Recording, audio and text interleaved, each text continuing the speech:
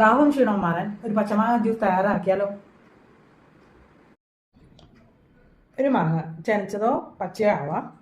പിന്നെ ഒരു കഷ്ണം ഇഞ്ചി, 2 കാന്താരി മുളക്, ഇത് പ്രധാനപ്പെട്ട ഇൻഗ്രീഡിയൻ്റ് ആണ്. ഒരു ഏലക്ക, കുറച്ച് പഞ്ചസാര, കുറച്ച് ഉപ്പ്. ഈ മാങ്ങ നമുക്കൊന്ന് വേവിച്ചെടുക്കണം. ഇതിൻ്റെ പ്രോസസ്സ് ഒന്ന് കാണാം. മാങ്ങ ഒന്ന് ബോയിൽ ചെയ്യാൻ വെച്ചിട്ടുണ്ട്. ഇനി 2 വിസിൽ വരുന്നവരെ നമ്മളിത് അടച്ച് വെച്ചൊന്ന് വേവിക്കുക.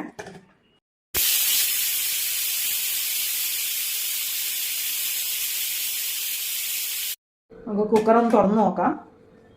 മാങ്ങ ഏകദേശം വെന്ത് വന്നിട്ടുണ്ട്. ഇതേപോലെ നല്ലപോലെ വെന്തിരിക്കണം, എന്നാലേ പൾപ്പ് കിട്ടുള്ളൂ. നമുക്ക് വേണമെങ്കിൽ പാത്രത്തിലിട്ട് വേവിക്കാം. കുറച്ചധികം നേരം എടുക്കും വേവിക്കാൻ, അതുകൊണ്ടാണ് നമ്മൾ കുക്കറിലിടുന്നത്.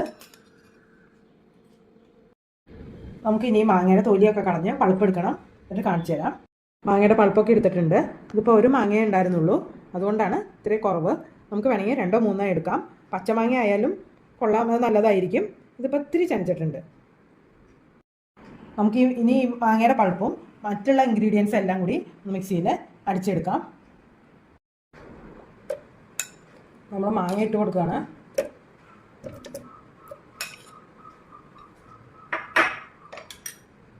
ഇഞ്ചി,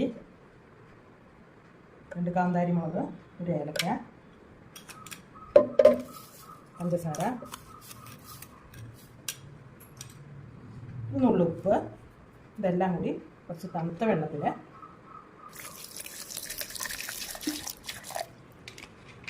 നമുക്ക് ബ്ലെൻഡ് ചെയ്തെടുക്കാം. നമ്മുടെ മാംഗോ പൾപ്പ് ജ്യൂസ് റെഡി ആയിട്ടുണ്ട്. ഏകദേശം ഈ കൺസിസ്റ്റൻസിയാണ്. ഇനി നമുക്ക് ഇതൊരു ഗ്ലാസ്സിലേക്ക് മാറ്റാം.